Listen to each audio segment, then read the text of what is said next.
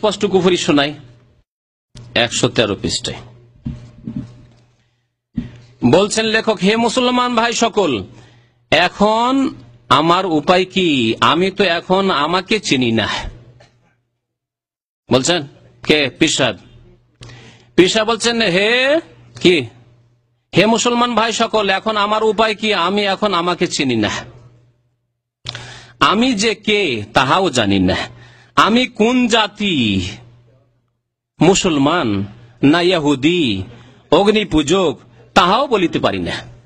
পীর বলছে এমন ভাবে বিলীন হয়ে গেছে, লয় হয়ে গেছে। বলছে কিসে লয় হয়েছে? তাহলে যখন সে বুঝতে পারে যে আমি মুসলমান না, তার ভাষায় বলছি, আমি নিজের ভাষা বাড়াচ্ছি না, কিন্তু মুসলমান না ইহুদি না অগ্নি পূজক, যখন এটাই বুঝতে পারছে না, তাহলে লয় হয়েছে আল্লাহ না শয়তানে? শয়তানে। বুঝতে পারছে না পীর, তাহলে বুঝতে পারে যে সে মুসলমান আছে কিনা, না হিন্দু হয়ে গেছে, না অগ্নি পূজক ইহুদি হয়ে গেছে, বুঝতে পারছে না।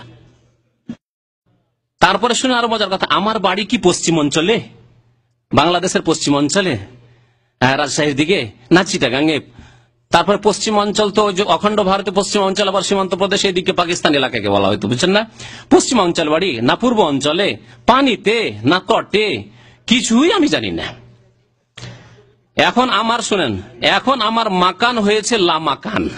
আমার মাকান হয়েছে লামাকান, মানে আমার যে স্থান ছিল স্থানই নাই। লামাকান মানে কোন স্থায়ী নেই। আমি যখন কোন স্থায়ী নেই, তখন অবস্থানও নেই, মুসলমানও নেই, কিছু বুঝি না। জি,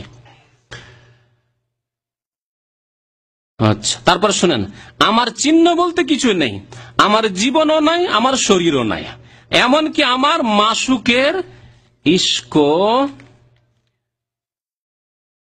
এমনকি আমার মাসুকের ইস্ক এখন ভুলিয়া গিয়েছি। আমার বলতে আমার এখন কিছুই নেই। মাসুকের মানে আল্লাহর ইস্কে যে পাগল, তাও ভুলে গেছে, সব ভুলে গেছে। আমার বলতে আমার আর কিছুই নেই। বলুন, এই কুফরি কথা নকল করা হচ্ছে কার থেকে? জি জি, আশেক মাসুক কিতাব থেকে বলছি, আশুক মাসুক কিতাব থেকে বলছি। এসব ওলি আউলিয়াদের কিস্সা কাহিনী শোনা হচ্ছে। এটা কখন? এটা ফানাফিল্লার স্থানে গিয়ে। হ্যাঁ, কারণ তার আগে বলছে দরিয়া ডুবা ব্যক্তি যেরূপ পানি ছাড়া কিছুই দেখে না। মানুষ পানিতে ডুবে গেছে, তাহলে আর কি দেখবে পানির তলে চলে গেলে? সেই রূপ সালেক ও খোদা ছাড়া কিছুই দেখে না এবং কিছুর খবর রাখে না। কি অবস্থায় কি দেখিবে তারও কোনো খবর থাকিবে না। মোট কথা আল্লাহর মধ্যে লয় হইয়া যাইবে। যে ভাষাটি বারবার বলছে, নিজের পক্ষ থেকে বললে কিন্তু তাদের পড়ে, আল্লাহর মধ্যে লয় হইয়া যাইবে, ইহাকে ফানাফিল্লার দরজা বলে। ফানাফিল্লার দরজা বলে। হযরত খাজা মঈনুদ্দিন চিশতি ফানাফিল্লার সাগরে গরক হইয়া বলেছিলেন, তার কথাইগুলি।